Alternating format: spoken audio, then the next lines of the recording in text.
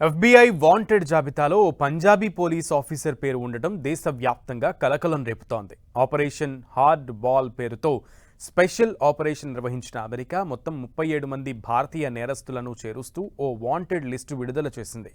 ఈ జాబితాలో పంజాబీ పోలీస్ అధికారి గురీందర్జీత్ సింగ్ నాగ్రా పేరు కూడా ఉంది.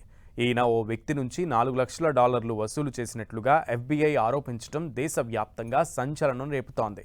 ఇండియా నుంచి నేరాలకు పాల్పడుతున్న ముఠాను పట్టుకునే క్రమంలో సీక్రెట్ ఆపరేషన్ చేపట్టారు అమెరికా అధికారులు. మొత్తం 37 మంది నేరస్తులను గుర్తించి ఓ లిస్టు విడుదల చేశారు.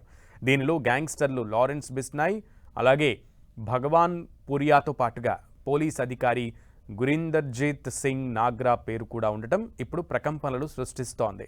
ఓ మర్డర్ కేసులో పోలీస్ అధికారి గురీందర్జీత్ సింగ్ అమెరికాలోని ఓ బాధిత కుటుంబం నుంచి సుమారు $4 లక్షల వసూలు చేసినట్లు ఎఫ్బీఐ ఆరోపించింది. లాస్ ఏంజల్స్లో జరిగిన మీడియా సమావేశంలో US attorney first assistant Bill Essayli ఈ విషయాన్ని తెలిపారు. జగ్గు భగవాన్పురి క్రిమినల్ సిండికేట్ కేసులో ఓ పంజాబీ పోలీస్ అధికారి బెదిరింపు వసూళ్లకు పాల్పడినట్లు ఆరోపించారు. అమెరికాలో ఉన్న బాధిత కుటుంబం నుంచి ఆ ఆఫీసర్ $4 లక్షల డిమాండ్ చేశాడని, ఇవ్వకుంటే ఇండియాలో ఉన్న కుటుంబంపై మర్డర్ కేసు పెడతానని బెదిరించారని ఎఫ్బీఐ చెబుతోంది. ప్రస్తుతం ఈ కేసులో ఆరోపణలు ఎదుర్కొంటున్న గురీందర్జీత్ సింగ్ నాగ్రాను విధుల నుంచి తొలగించారు ఉన్నతాధికారులు.